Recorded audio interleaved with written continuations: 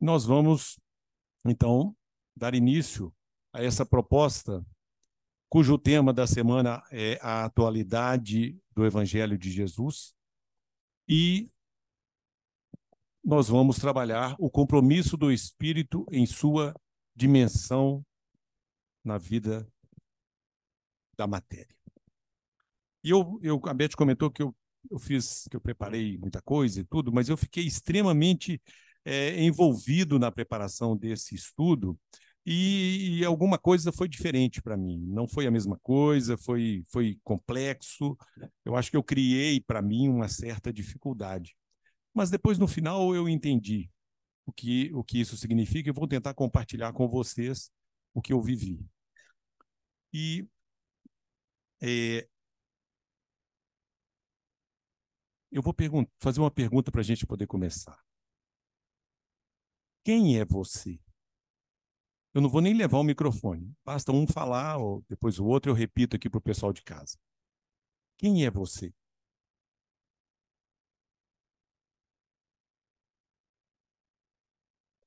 Um espírito? Você ia falar?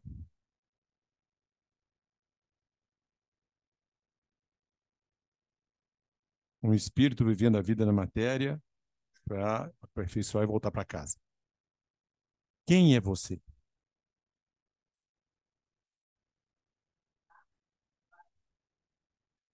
Membro da família Caritas. Tá bom. Quem é você?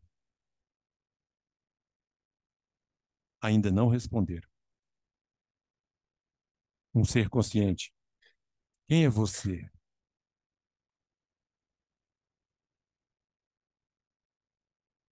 Somos filhos de Deus. Só isso. Somos filhos de Deus. E se nós nos considerarmos filhos de Deus, significa que nós acreditamos que ele existe. Eu posso perguntar novamente: vocês são filhos de Deus? Vocês acreditam que são filhos de Deus? Vocês se sentem filhos de Deus? Dona Conceição falou que é claro, né?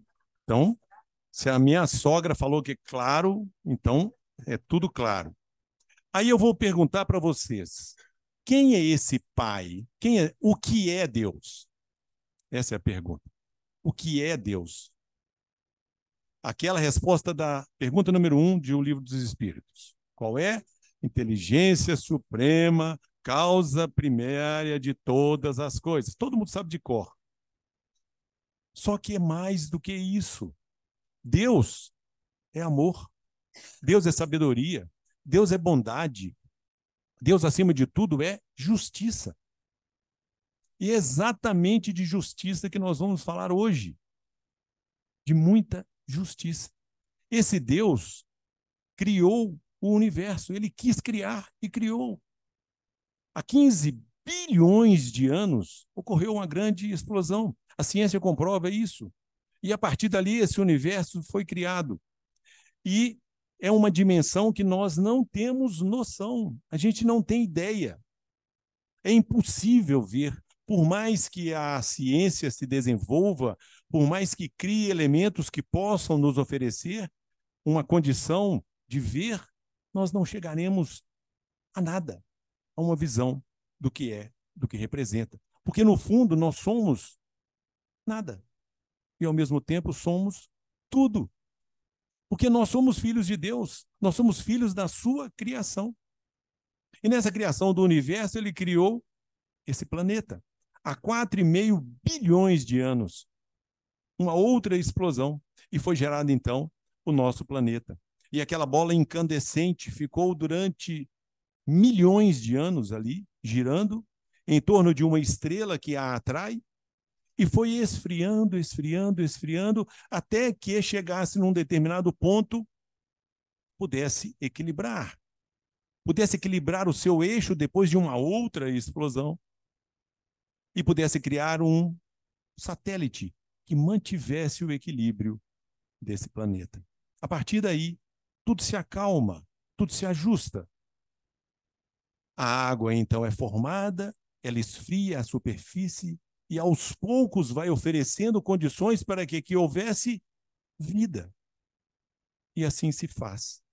A vida, então, inicia nas profundezas do oceano, até que passe e deixe o oceano e comece a povoar a superfície. E assim, o tempo foi passando, as espécies se multiplicando, e hoje nós estamos aqui, encarnados nesse orbe, que daquela bola de fogo, hoje é um planeta azul, e que nos oferece uma condição de vida única em termos. Diferente dos outros planetas mais próximos que nós temos condições de visitar, as características do nosso plano, na característica material, são totalmente diferentes dos outros. Então, por aqui passaram elementos, né, que nos ofereceram a condição de estar aqui. E o primeiro elemento que passou e que deixou registros foi a presença do princípio inteligente estagiando nos reinos. Porque nós não estaríamos aqui se não fosse essa ação do princípio inteligente, que é a nossa origem. Então, ele estagiou nos reinos minerais para desenvolver a atração, estagia no reino vegetal para desenvolver a sensibilidade, estagia nos animais para desenvolver o instinto. E ali, cumprindo essa lei de progresso criada por Deus, ele, além da lei de progresso, a lei de conservação, a partir dali, ele passa também a se preservar, a se conservar para a vida. A partir também do reino animal. Esse princípio inteligente que sempre estagia nesses reinos e continua estagiando, porque a criação não para. Esse princípio inteligente estagia um tempo numa espécie e volta para o todo. Estagia um tempo na espécie e volta para o todo, e ao retornar contamina esse todo com a sua experiência, e tudo aquilo se transforma e continua, e os estágios continuam, até chegar no reino animal. E nas etapas finais desse reino, das espécies do reino animal, começa então a individualizar-se, a não mais voltar para o todo. E a partir dali, num determinado momento, lá no plano espiritual, ocorre o salto. E deixa de ser princípio inteligente e passa a ser espírito. Passa a ser uma individualidade. Nós todos passamos por isso. Nós todos vivemos isso. Nós nunca fomos animais. O princípio inteligente era animal. Vivia lá naquele. Se estruturou e nos ofereceu um perispírito pronto para viver a experiência humana aqui nesse nosso planeta, com as características dele. Tudo isso foi extremamente importante que acontecesse para que nós tivéssemos, então, a oportunidade de estarmos juntos aqui. A partir daí, deixa eu me ver aqui, que eu estou meio... Fiquei empolgadinho aqui. Posso continuar? Está indo bem?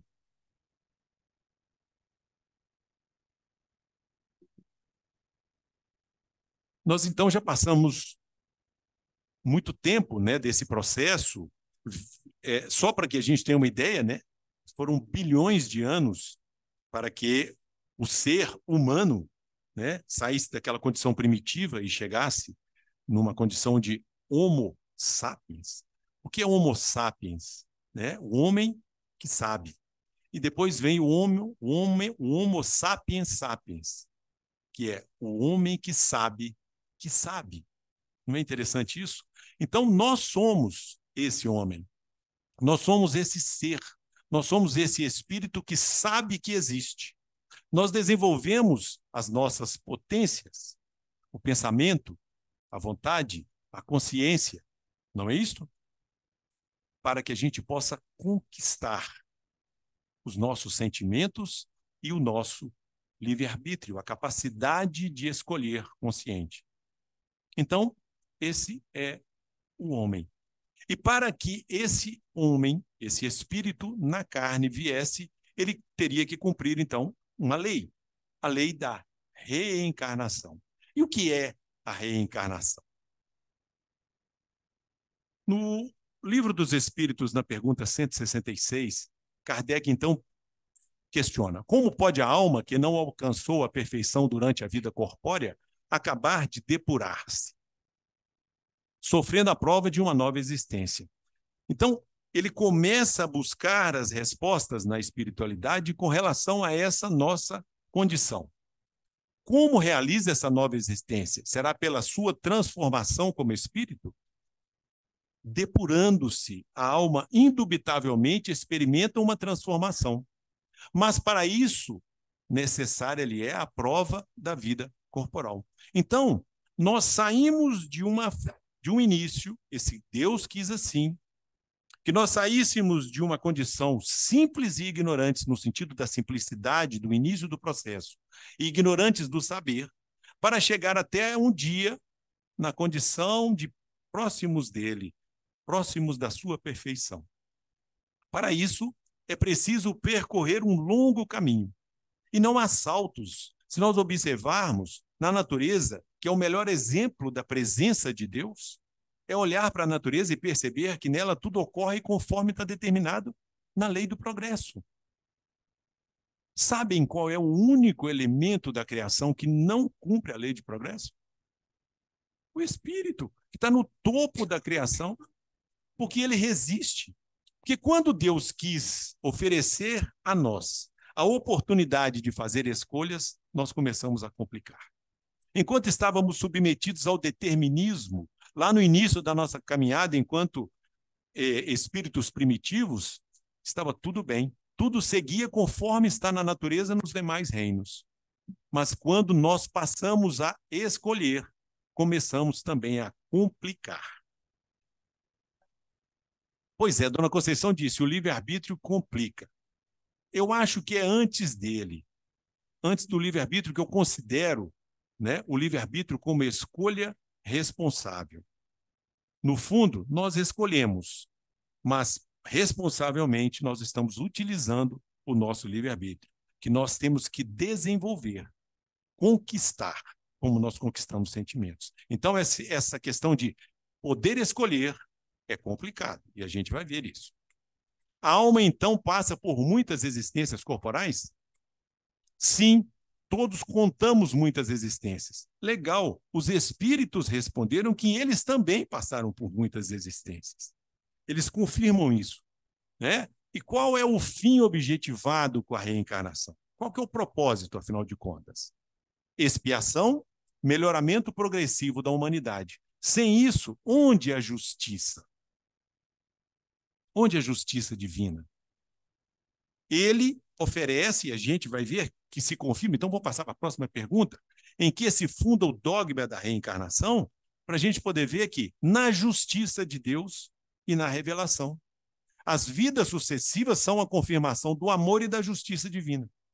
A partir do momento em que ele nos oferece a oportunidade de tentar mais uma vez, e mais uma vez, e mais uma vez, e mais milhões de vezes, enquanto for necessário para que a gente atinja o propósito da criação. Então, ele vai nos deixar sempre uma porta aberta para que nós tenhamos a oportunidade de arrepender e um novo momento. E não apenas fazer de novo, fazer novo. Viver um novo momento. Ele está sempre esperando que nós façamos essa escolha. Viver um novo momento e não simplesmente fazer de novo. Né? E eles continuam a resposta. Todos os espíritos tendem para a perfeição, está na lei. É a lei de progresso. Então nós temos que seguir a lei. O Pai quis assim. Por que Deus não nos criou perfeitos? Não seria tudo muito mais fácil? Ele não quis assim. Ele definiu que tudo tem um caminho a ser percorrido, inclusive nós, enquanto espíritos.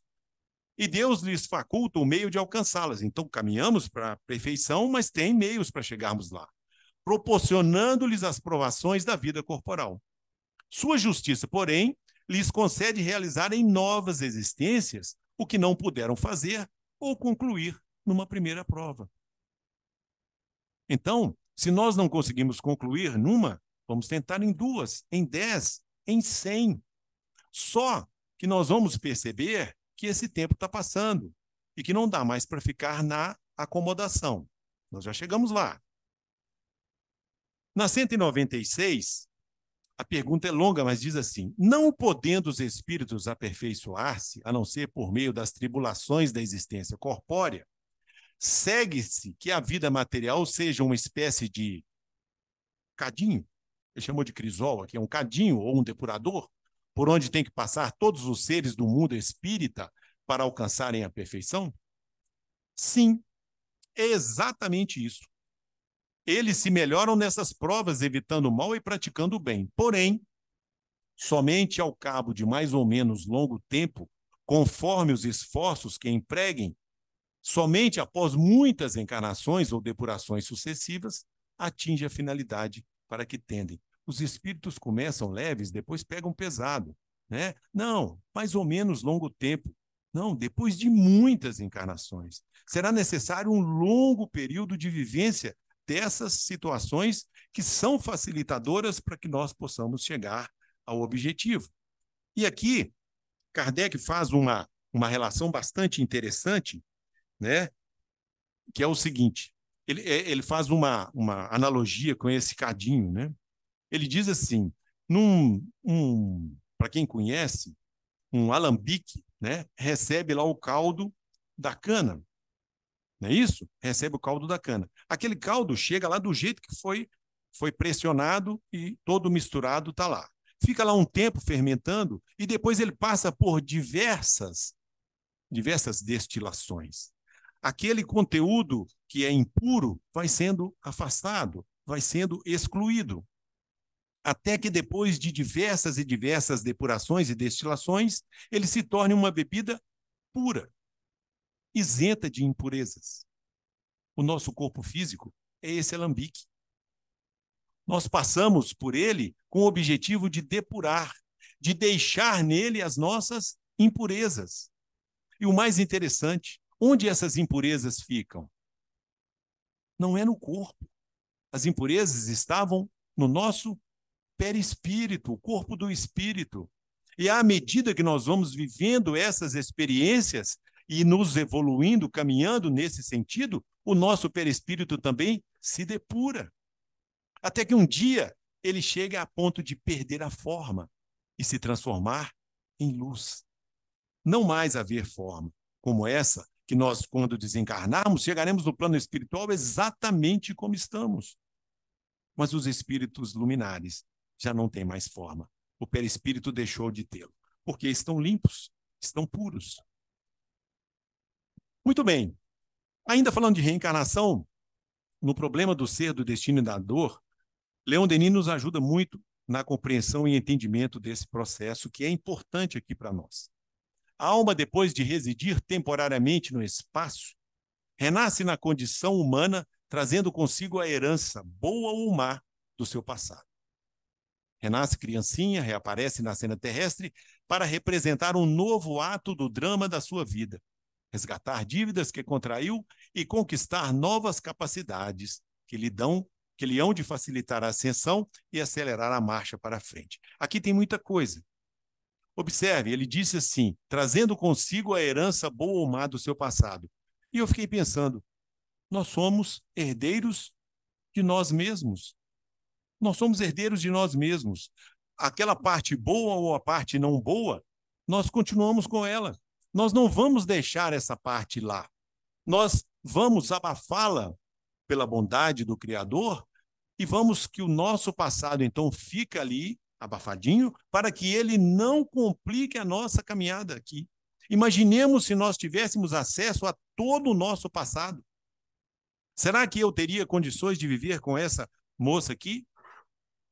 Eu não sei o que eu já fiz com ela ou o que ela fez comigo. Eu não sei o que nós fomos ontem. Qual foi a nossa relação? Por isso nós estamos juntos já há muitas encarnações e somos bonzinhos um com o outro agora. Bonzinhos. Nós já nos amamos. Né? Nós já nos amamos. E nós não sabemos o que fomos ontem. onde estivemos e o que fizemos uns com os outros. E não é sempre essa relação, não é verdade? Há muitos conflitos nas relações. Então, nós somos herdeiros desse passado e trazemos ele conosco. Nós estamos aqui vivendo um novo ato do nosso drama.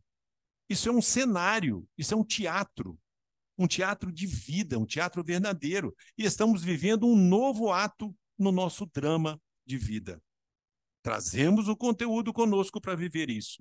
E vamos, então, resgatar as nossas dívidas e conquistar capacidades, porque senão fica parecendo que é só dor e sofrimento. Não, é oportunidade para crescimento, é oportunidade para estarmos melhores. E ele continua, lá no capítulo 13. Ao mesmo tempo, os nossos atos cotidianos, fontes de novos efeitos, vêm juntar-se às causas antigas. Olha isso. Atenuando-as ou agravando-as, e formam com elas um encadeamento de bens ou de males que, no seu conjunto, tecerão a teia do nosso destino. Ora, nós já trazemos um pacote, uma bagagem. Chegamos aqui influenciados, de certa forma, por esse pacote. E vamos viver a nossa vida. As nossas ações, as nossas reações, né, conjuntas com esse conteúdo, vão gerar afetações. Eu gosto muito de trazer um exemplo. O exemplo do homem no trânsito. Quer lugar melhor? Não é isso? Nós estamos lá dirigindo e, de repente, recebemos uma fechada. Que maravilha! Que belíssima oportunidade para dizer, vai com Deus. O que normalmente nós não fazemos, né? Nós reagimos, a gente xinga, faz gesto, põe a cabeça para fora. Homens são assim, não é isso? Não, as mulheres também estão impressionantemente, né, agindo da mesma maneira no trânsito. Quantas vezes eu dou uma seta, aí acelera, não deixa você entrar, você fala, ô, cara, não é possível, né? Aí para no sinal, você vai olhar, não é cara, é uma cara, não é isso? Está lá, agindo da mesma maneira, porque isso é nosso. A nossa incapacidade de aceitar, num simples gesto, de deixar o outro passar por educação, né? Nós reagimos, nós agimos de maneira inadequada, então juntamos, e isso nos afeta, gente. Isso afeta a nossa vida, isso mexe com o nosso conteúdo energético interno. Pode afetar o outro, imagina, dependendo da reação, quem está no outro carro, a gente não sabe. Não é assim? E dessa forma nós estamos, então, escrevendo o nosso próximo ato. Estamos escrevendo o nosso amanhã. Hoje estamos definindo o que passaremos no amanhã. Lógico, tem toda uma estrutura montada aí, mas, de alguma maneira, eu estou registrando no meu perispírito tudo o que penso, tudo o que sinto, tudo o que vivo. E esses registros farão diferença no plano da próxima encarnação. Então, há uma íntima correlação entre os nossos atos e o nosso destino.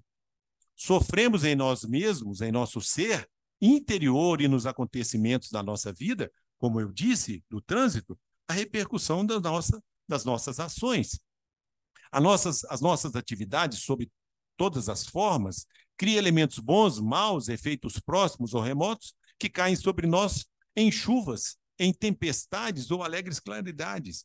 Estamos, então, construindo o nosso próprio futuro, como foi dito. E Leon Denis, né, poeta que é, diz assim: no encadeamento das nossas estações terrestres, continua e completa-se a obra grandiosa de nossa educação, o moroso edificar de nossa individualidade, de nossa personalidade moral. Então, à medida que nós vamos vivendo as oportunidades reencarnatórias, nós estamos completando a grande obra de nossa educação, que era impossível ocorrer numa única oportunidade. Claro que não precisaria ser na demora que está sendo a nossa. Há espíritos que seguem retamente para o objetivo, mas nós acabamos nos perdendo de alguma maneira ao longo da nossa caminhada. Estamos construindo e edificando a nossa individualidade e a nossa personalidade moral. É por essa razão que a alma tende a encarnar sucessivamente em meio dos mais diversos, em todas as condições sociais, tem de passar alternadamente pelas provações da pobreza e da riqueza, aprendendo a obedecer para depois mandar. Então, Leon Denis está falando de quê? Condições sociais, provação de pobreza e riqueza, obedecer para depois mandar. O que será isso? Vamos ver o próximo. Precisam das vidas obscuras, das vidas de trabalho, das vidas de provações. Para quê? Para acostumar-se a renunciar às vaidades materiais, a desapegar-se das coisas frívolas, a ter paciência, a adquirir a disciplina do espírito. E ele continua: vidas obscuras, vidas de trabalho, vidas de privações. De que Leon Denis estava falando? De uma ambientação reencarnatória. O que é isso? Toda vez que nós vamos falar sobre esse tema, eu me lembro de uma vivência que nós fizemos, e a Beth nos ajudou. Marisa estava nela, lá no Situar, no primeiro Situar, Renata também eu acho que estava, né? Lá no primeiro Situar, em que nós fechamos os nossos olhos para relembrar o que teria sido a vivência daquele momento. E eu fiquei lembrando do que eu lembrei, né? Eu fiquei me lembrando, enquanto preparava o estudo, do que eu lembrei. Eu lembrei que eu estava num caminho, percorrendo um lindo caminho de árvore, em meio a árvores frondosas, junto de um jardim e também de um gramado maravilhoso. Eu percorri aquele caminho e cheguei lá na frente e se abria mais e mais e mais e mais, e tinham muitos jardins, muitos bancos, os pássaros cantavam, a água corria, e eu me assentei num daqueles bancos e fiquei ali, ouvindo e sentindo as vibrações daquele ambiente. Fechei os meus olhos e fiquei ali, sentindo e vivendo aquele momento. Quando eu senti tocar o meu ombro, uma mão tocou meu ombro. Eu abri os olhos e olhei, e era um companheiro, um amigo, um instrutor, aquele que me recebeu naquela colônia, aquele que me acolheu, aquele que me deu o coração, o colo e o corpo, para que eu pudesse recuperar da minha volta, ao chegar naquele local. E nós havíamos conversado muito, ele assentou do meu lado, antes nós nos abraçamos, ele sentou do meu lado e ficamos ali conversando. Quando ele me disse: chegou a sua hora, está na hora de voltar. Claro que eu chorei, claro que eu senti. Eu não sei definir o que eu senti, mas eu chorei. Eu não sei se eu chorava de alegria ou de apreensão. O fato é que ele me consolou. E depois andamos juntos conversando e ele me levou até o centro de preparação das reencarnações lá daquela colônia. Ali, o que ocorreu comigo, ocorreu com todos vocês. Porque eu acredito que nós estamos num nível, num patamar de evolução, que nós podemos participar do nosso planejamento reencarnatório. Nós podemos saber aquilo que será para nós desafio, aquilo que será para nós prova e aquilo que será para nós expiação. Nós podemos participar. Então lá, né, nós ficamos sabendo qual será a família. Quem são aqueles espíritos que irão nos receber? Aquele nosso corpo físico, um corpo saudável, entre aspas, né? Um corpo que vai ter limitações, que vai apresentar deficiências, que vai trazer registros de doenças e processos, aquele corpo que vai ser o grande instrumento da nossa caminhada. O meio social que nós vamos nascer nessa família. Qual é o meio social que você nasceu? Você pode pensar nisso. Você pode lembrar disso. Qual educação você recebeu? Aquilo que você conseguiu percorrer até chegar na condição de ter uma profissão? E não esquecendo que do lar também é uma profissão e das mais difíceis. Não é isso? A educação, a profissão e a religião. Aquela que você encontrou quando chegou na sua família. Aquela que seus pais levavam, que você ia junto, que você sentia as vibrações, ou não, que você ia forçado, arrastado, que você não queria ir naquela coisa chata. Não é assim? Então, essa é a primeira etapa da nossa ambientação encarnatória.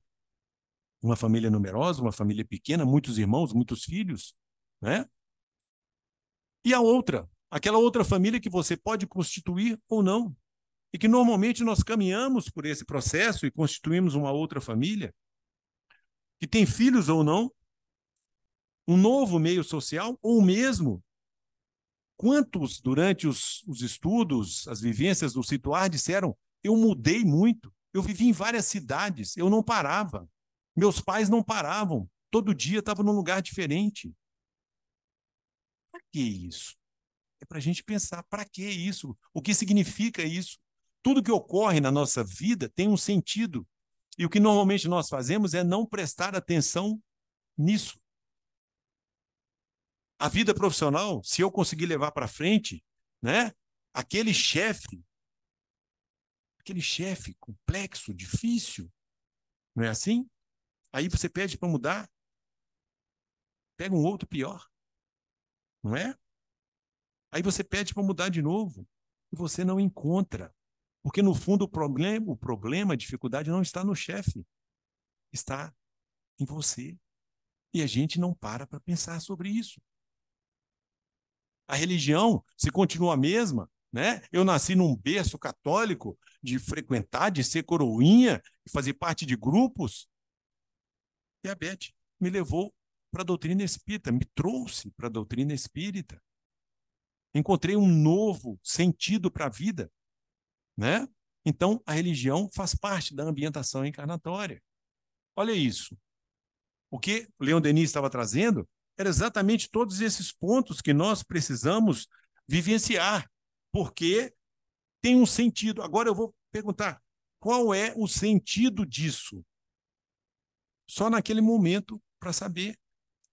Por que eu nasci naquela família, naquele meio social? O que representou para mim o esforço para a mudança, os trabalhos que eu desenvolvi e tudo isso. Os irmãos com os quais eu convivo, os pais e etc. Tudo isso tem um sentido porque trabalhei tanto tempo numa empresa? E assim vamos lá. A família é o corpo físico, meio social, educação, profissão. Ou seja, essa ambientação reencarnatória, André Luiz diz que é o meio. A educação divina é o fim. Então, tudo isso são apenas os meios para que nós possamos alcançar o fim proposto. Só que nós podemos passar a vida inteira sem sequer perguntar: para que eu nasci ali?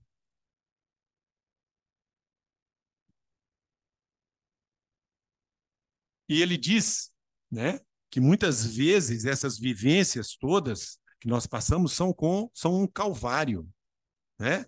E ele mesmo diz que um calvário é um monte que nos aproxima dos mundos felizes. Então é isso, né? Não tem nada perdido, não tem nada por acaso na nossa vida. E ele diz uma coisa que é extraordinária, né? Ele diz que renascer não é mais extraordinário do que nascer. E eu fiquei pensando sobre isso, conversei com a Beth, inclusive, do sentido dessa frase, né? A alma volta à carne para nela submeter-se às leis da necessidade. As carências e as lutas da vida material são outros tantos incentivos que a obrigam a trabalhar, aumentam sua energia, avigoram-lhe o caráter. Tais resultados não poderiam ser obtidos na vida livre do espírito, na vida livre do espaço, por espíritos juvenis cuja vontade é vacilante. Se nós permanecêssemos no plano espiritual e não tivesse que retornar para a matéria, não tivesse que vir aqui, conviver com as diferenças, conviver com os diferentes, se nós ficássemos lá, nós permaneceríamos estacionados na evolução. Porque não é apenas a nossa vontade que é vacilante, é porque também nós estamos lá somente com aqueles com os quais nos identificamos. Permanecemos com aqueles que comungam a mesma vibração que nós. O fim dessas encarnações é, pois, de alguma sorte, a revelação da alma para si mesma. É estar conosco o tempo todo, né? Voltar para lá e perceber o que somos, o que fizemos, o que deixamos de fazer. Porque nesse momento, principalmente no momento em que nós chegamos e vamos fazer aquela reflexão ao final, né, de cada evento, de cada vivência dessa, nós vamos nos percebendo, nos sentindo, vamos valorizando, né, desenvolvendo as nossas forças, os nossos conhecimentos, a nossa consciência, a nossa vontade enquanto potência. E ele tocou num ponto aqui, conhecimento. E aí, eu vou trazer para vocês um artigo que eu encontrei no oconsolador.com.br. Eu achei interessantíssimo quando ele diz que ele fala sobre as publicações das obras básicas, né, da doutrina. E mostra lá que o Livro dos Espíritos foi publicado em 57, a Revista Espírita em 58, que é o Espiritismo em 59, e o Livro dos Médiuns em 61. E ele falou que tem um sentido essa ordem. Eu nunca tinha pensado nisso, né? Qual é o sentido dessa ordem? Por que esses livros primeiro? Quando eu comecei a estudar a doutrina, para mim, qual que era o primeiro? O Evangelho. Não tinha dúvida. O primeiro seria o Evangelho. E ele diz que não. É preciso que a gente saiba, é preciso que a gente conheça. E aqui estaria a base do conhecimento, e particularmente no primeiro livro. Toda a doutrina está ali. E é preciso, então, conhecer, é preciso estudar, é preciso entender o sentido dessa ordem, qual é o conteúdo de cada um desses livros, da Revista Espírita, com dezenas lá de publicações, de reuniões, de mensagens daquela época, e nós estamos, né, com esse conhecimento. Para quê? Para ele ser assimilado. Para aí sim vir o Evangelho segundo o Espiritismo. Para quê? Para que a gente possa praticar, né? Então, o conhecimento, não, então vem, primeiro, conhecer e assimilar, né? Depois compreender o convite para a reforma íntima com a prática desse conhecimento que nós assimilamos. Então é preciso conhecer primeiro para depois viver. E nós queremos que a ordem seja diferente, alcançar a consciência da nossa condição de espíritos imortais, vivendo a oportunidade reencarnatória, tendo chances, vivendo tudo o que o Criador nos ofereceu e nos oferece. E também exatamente para viver essas oportunidades, né? Aí ele fala que um amigo dele fez essa pergunta e que ele achou bastante interessante, né? Então, se eu pegar um espírita, se eu ver um espírita andando com o Livro dos Espíritos, eu posso dizer que ele é um estudioso da doutrina? Ele disse que é isso. E se você ver um espírita com um evangelho, seria aquele que pratica. É isso? Eu gostaria que fosse. Seria bom, não é? Seria bom que fosse assim. E, no entanto, nós estamos com esses livros nas nossas mãos. Nós temos tudo nas nossas mãos. E o que temos feito com esse conteúdo? O que temos feito com esse conhecimento? Eu costumo falar muito nos estudos aqui que a gente deixou lá, a gente não, eu deixei a igreja, né? A igreja católica, né, gente? Eu vim da igreja católica. Eu deixei a igreja católica e vim para a casa espírita, né? E eu cheguei aqui e me deparei com um dogma. Na doutrina espírita não existe dogma, mas para mim existia. Fora da caridade não há salvação, né? Então nós pegamos isso quase como um dogma, não é assim? E saímos na necessidade de praticar a caridade. Porque está dizendo para praticar esse conhecimento. A gente se atém a um item, né, e fala, eu preciso praticar a caridade. Está errado praticar a caridade? Não. Está tudo certo, e é isso mesmo. É extremamente importante que nós façamos isso. E a nossa casa oferece N oportunidades para que a gente possa praticar a caridade. Maravilhoso. Então, eu preciso praticar a caridade, porque fora dela eu não consigo chegar aos objetivos pelas minhas próprias dificuldades.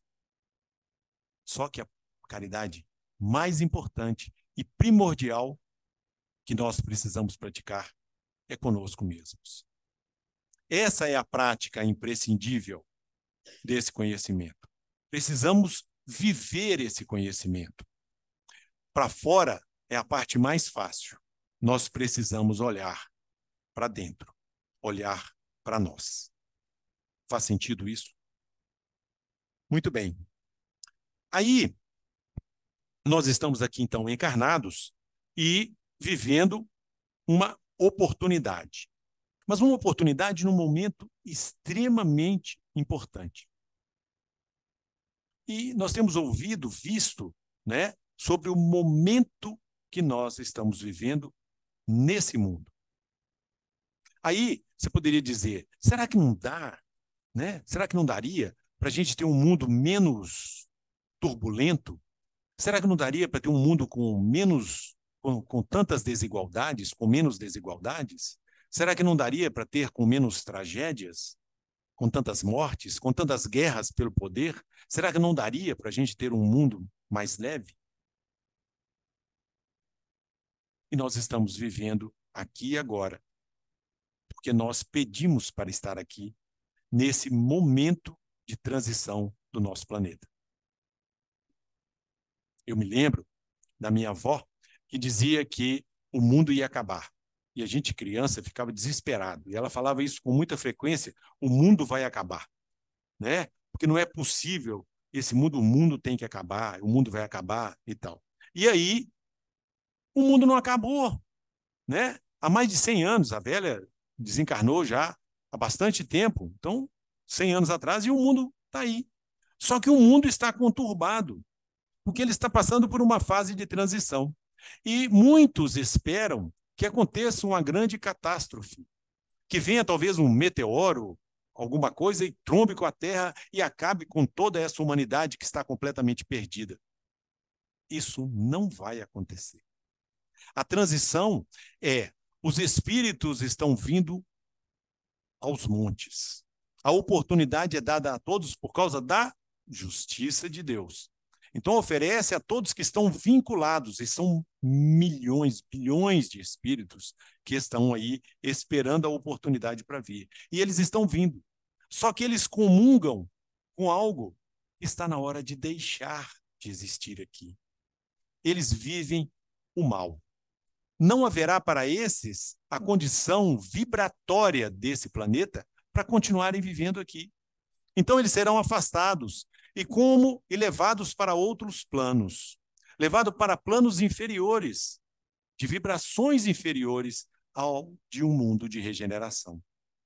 Então, meus caros, nós estamos aqui falando do primeiro grande compromisso como espíritos na dimensão da nossa vida.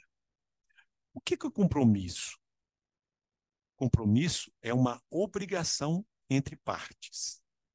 Então, nós assumimos um compromisso. Com quem? Com a consciência? Nós assumimos com Deus? A nossa consciência com Deus? Não importa. O fato é, nós temos um compromisso, uma obrigação. Você escolheu, é uma pergunta, você escolheu viver no mundo de regeneração? Você está escolhendo isso? Está? Pararam para pensar nisso? Você quer isso? A Heloísa quer isso. É preciso que nós tenhamos essa consciência que depende somente de nós. Ok?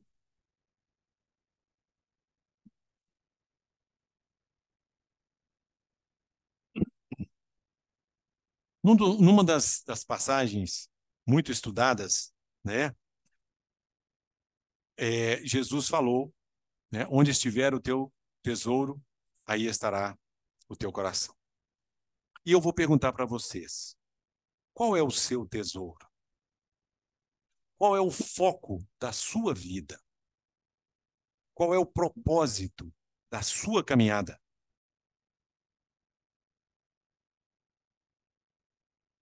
Tesouro é tudo aquilo que nós gostamos, que nós queremos e pelo qual nós lutamos.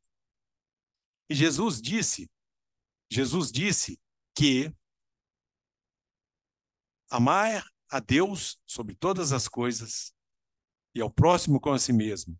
Amar a Deus com toda a tua força, com todo o teu coração, com toda a tua alma. Então, o coração sempre foi associado a sentimentos, concorda? Então, a gente associa que o coração é a fonte do nosso sentimento. Mas não é esse coração físico, é o coração do ser espiritual, né? É a fonte dos nossos sentimentos. Então, o coração é a fonte geradora daquilo que eu gosto. Então, eu vou guardar no cofre do meu coração. O que você tem guardado no cofre do seu coração? Jesus falou dos tesouros no céu e dos tesouros na terra. Jesus não disse os tesouros do céu e da terra. Então, onde você está guardando e que tesouros você está guardando na sua vida? Sim, só um minuto. Alguém podia me ajudar?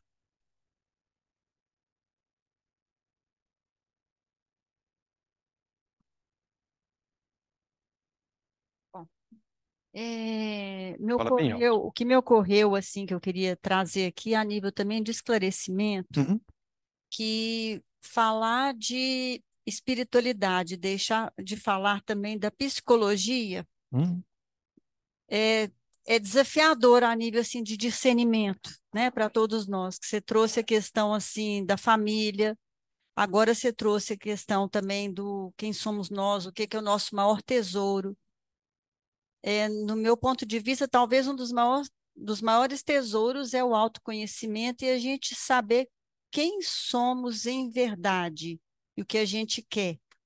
A gente saber, muitas vezes, pegar os valores, às vezes, que é de família, mas também saber deixar algumas crenças que são de família e ter esse discernimento.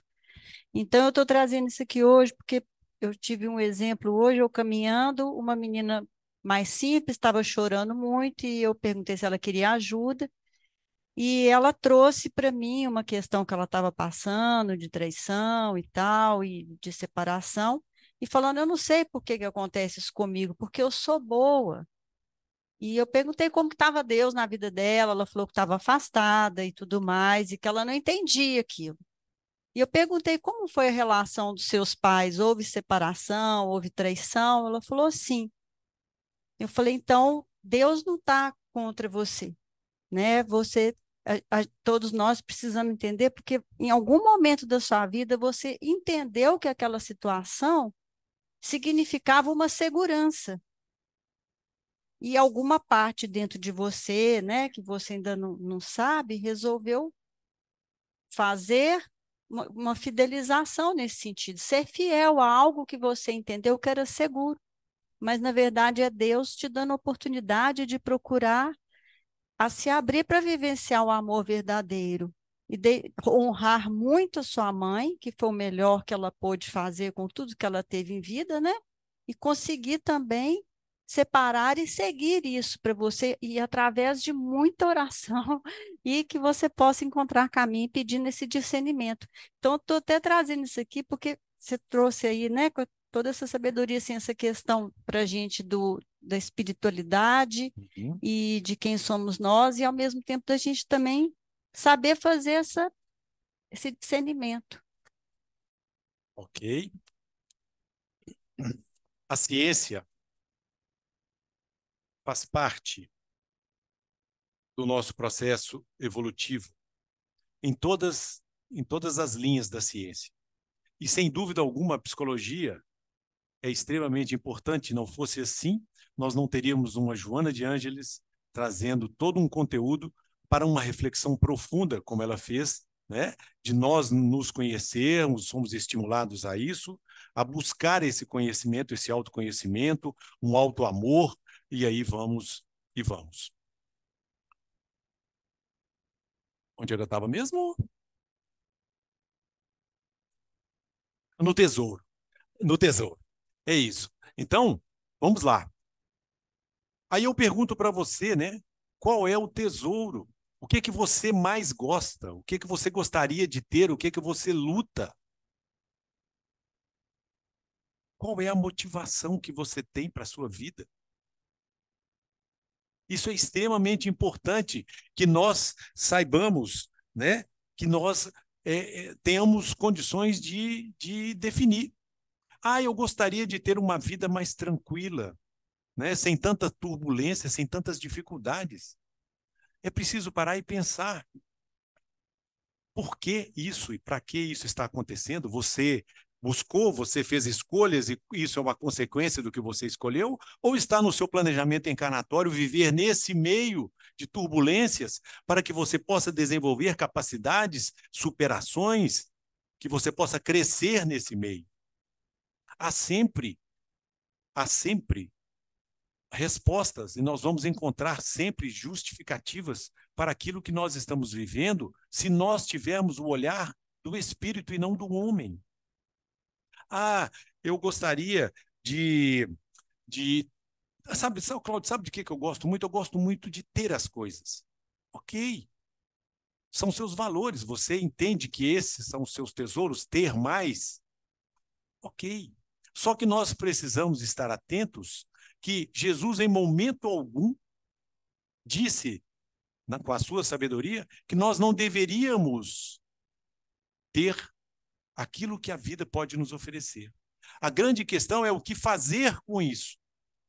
O que nós fazemos com o que nós temos.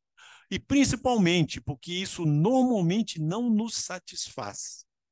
O que nós temos, nós queremos mais e mais e mais. Por quê? Porque nós corremos atrás daquilo que nós queremos ter para cobrir um vazio que está dentro de nós. Ao invés de nós olharmos para nós e trabalharmos esse interior e supri-lo com um trabalho de mudança e de transformação. Gente, e da mesma forma que o mundo está, né, nessa turbulência de mudanças, nós estamos numa sociedade, num meio extremamente consumista. Vocês já repararam que tem um monte de gente que sabe o que você gosta e você nem falou para ninguém? Você já reparou que é oferecido para você, a hora que você abre o e-mail lá, ou abre o Google, já te oferecem um monte de coisas? Muitas vezes eu quero ter, tá certo? Mas às vezes eu tenho aquilo que eu nem queria, porque me ofereceram, insistiram e eu acabei entrando na onda e adquiri. É preciso olhar para que nós não nos percamos em meio a uma sociedade, que nós viemos para viver nela, sabendo que ela chegaria nesse patamar, ela chegaria nesse nível. A evolução da ciência está aí, está estabelecida. Nós é que precisamos estar atentos e observar quais são os valores da nossa vida.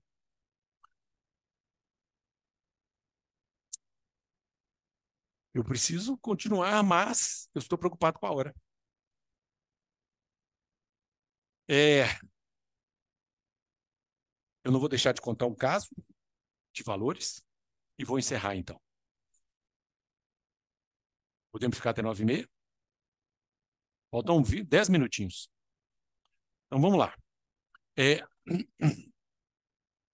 Nessa questão de valores, né? Quais são os valores da nossa vida, associando aí valores com tesouros. Nós tivemos ontem uma belíssima oportunidade que a Beth comentou do culto, e a nossa querida Rosário, para quem, né, conhece, ou para quem não conhece, é uma companheira de 93 anos. E hoje está, né, com dificuldades, um problema de visão, né? Está ali nos assistindo, né? Mas o que impede a Rosário de sair é principalmente são as dificuldades do seu companheiro, que é mais velho que ela e tem um corpo, né, já mais adoentado e tal. Então, a Rosário fica em casa.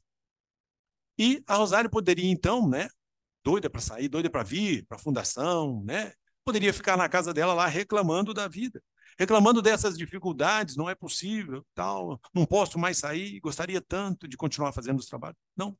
A Rosário disse para a gente ontem que ela começou a observar as situações e as vivências ao entorno dela e aprender com elas.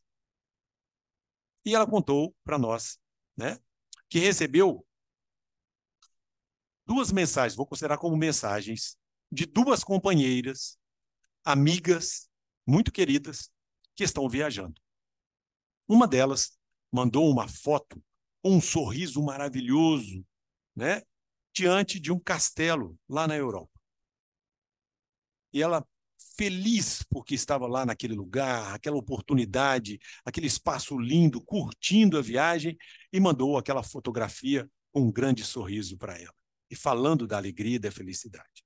E a outra, na sua condição, mandou para ela também uma fotografia da sua viagem, em cima de uma carroça, tocada por um burrinho, e ela estava lá na fotografia, com um sorriso maravilhoso, curtindo aquele momento com a família.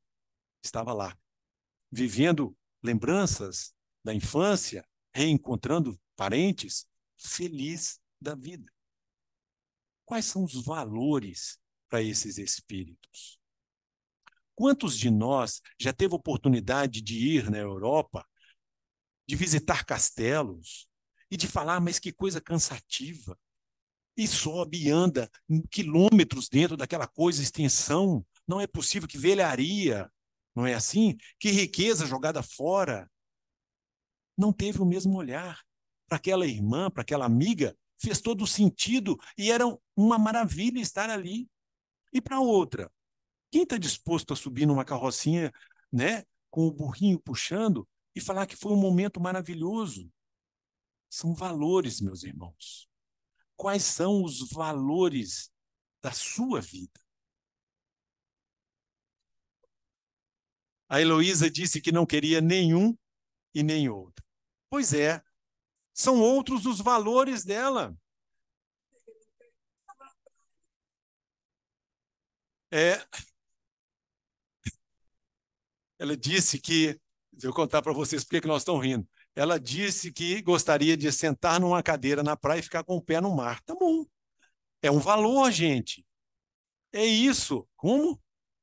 Tem que respeitar. É assim. E nós precisamos aprender a valorizar esse momento, porque ele tem um significado muito grande para nós, da mesma forma que precisamos valorizar esse momento que nós estamos aqui dentro dessa casa, nesse salão, vivendo, refletindo, conversando sobre um conteúdo de extrema importância para nós.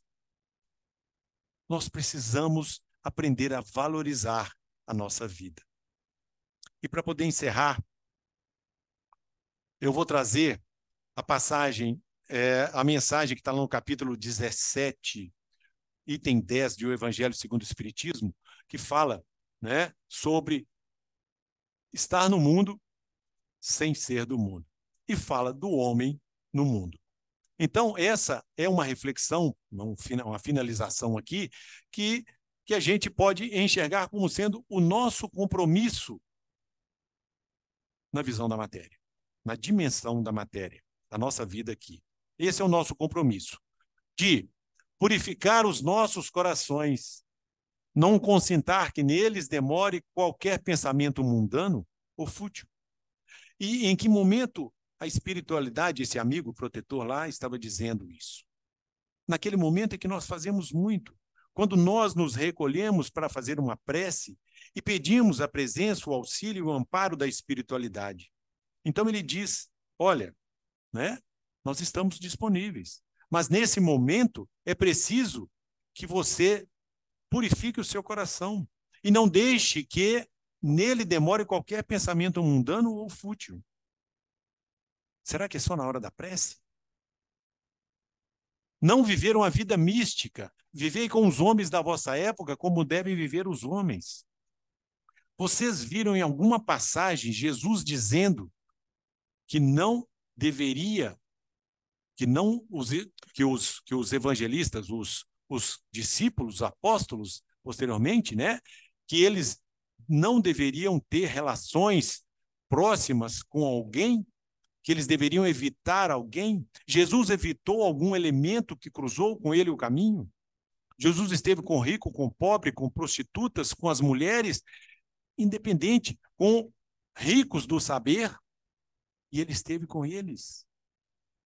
Aqueles que eram de outros povos, que não eram misturados, e ele esteve com todos. Então, ele está dizendo, não viva uma vida mística, viva a vida onde você precisa estar, porque isso faz sentido, porque você teve todo um trabalho para preparar essa encarnação para poder viver misticamente, pensando só. Sois chamados a estar em contato com espíritos de naturezas diferentes, de caracteres diferentes. Não choqueis a nenhum daqueles com quem estiverdes. Seja você verdadeiramente, mas não os choque. Não tente fazer proselitismo, nós já passamos dessa fase. Sede joviais, sede ditosos, mas seja a vossa jovialidade a que provém de uma consciência limpa. Consultemos a nossa consciência, busquemos sempre esse filtro do nosso ser, para que nós possamos, né, para viver uma vida de relações compatível com o conhecimento que nós já possuímos. Não consiste a virtude em assumir de severo e lúgubre aspecto. Basta reporteis todos os atos da vossa vida ao Criador. Olha só isso. Eles estão dizendo, reporte a Deus. Agradeça a Ele aquilo que você conquista, aquilo que você constrói. A cada obra que você começar, ofereça a Ele o resultado desse esforço. Faça disso uma rotina na sua vida. Aproxime do Mestre, aproxime do Deus por meio do Mestre. Aproxime dele, faça Jesus um companheiro. Faça dele o elemento parceiro da sua caminhada. Em tudo o que fizerdes, remontai à fonte de todas as coisas, remontai a Deus, para que nenhuma das vossas ações deixe de ser purificada e santificada pela lembrança do Criador. Nós podemos estar vivendo momentos difíceis, mas eles têm um sentido para a nossa vida. Dependendo do olhar, nós veremos sempre oportunidades e não empecilhos. Eu não esqueço do irmão Berzélios dizendo, né, para que a gente subisse ao monte, subisse a montanha. Porque quando nós estamos aqui embaixo e nós vemos as nossas dificuldades, nós damos a elas uma dimensão absurdamente maior do que elas têm. Os nossos obstáculos ficam intransponíveis. Se nós subimos um monte, a nossa visão modifica, o olhar é outro. E esse subir tem um sentido também de aproximar daqueles que velam por nós, que nos assistem e que nos sustentam. E lá de cima, nós veremos que tudo tem o mesmo tamanho. As possibilidades e os obstáculos. As potencialidades e as nossas dificuldades. A perfeição está toda, como disse o Cristo, na prática da caridade absoluta. Mas os deveres da caridade alcançam todas as posições sociais, do maior até o menor. Não há distinção. Aquele que tem muito material também precisa. Precisa da mão amiga, precisa do ouvido para ouvir, né? Do acolhimento. Unicamente no contato com seus semelhantes, nas lutas mais árduas, é que ele encontra ensejo de praticá-la, ou seja, somente estando com o próximo. Isolar, nós já fizemos isso no passado e achamos que nos aproximaríamos de Deus. Distanciamos do outro, fugimos de todos os riscos, ficamos lá nos mosteiros. E qual foi o resultado disso? Nós não conseguimos chegar a nenhum lugar a não ser as nossas próprias dores e dificuldades. Aquele, pois, que se isola, priva-se voluntariamente do mais poderoso meio de aperfeiçoar. É estar aqui, é estar na vida de relações, é viver com o outro, é conviver com base na oportunidade que nos foi oferecida e tão bem planejada pela espiritualidade. Jamais na vossa felicidade entre um pensamento, um ato, que eu possa ofender ou fazer-se velho semblante daqueles que vos amam e dirigem. Cuidado, né? Com o nosso falar, com o nosso pensar. Deus é amor e aqueles que amam santamente, ele os abençoa. Por isso, meus caros, se nós não amamos ainda santamente, vamos amar na nossa capacidade e vamos olhar a vida com um olhar mais brando, mais leve, tentando realmente enxergar em cada situação uma oportunidade de crescer, de transformar. Agradecemos muito a Deus pela oportunidade da vida. Agradecemos muito a Jesus por nos acolher aqui nesse orbe. Com certeza nós não estamos vinculados a ele desde o início. Nós viemos de outros e iremos para outros mundos. Mas nós estamos aqui vinculados nesse momento a esse orbe. Saibamos aproveitar as oportunidades. Não deixemos passar. Agradeçamos a Cárita por nos acolher no seu seio e nos oferecer a oportunidade de estar no seu barco, que ela nos disse por meio da espiritualidade amiga, que está deixando o porto para fazer a grande travessia para um mundo melhor, para um mundo de regeneração. Esse é nosso compromisso. Sejamos merecedores de estar nesse mundo e que Jesus nos abençoe a todos. Obrigado pela oportunidade.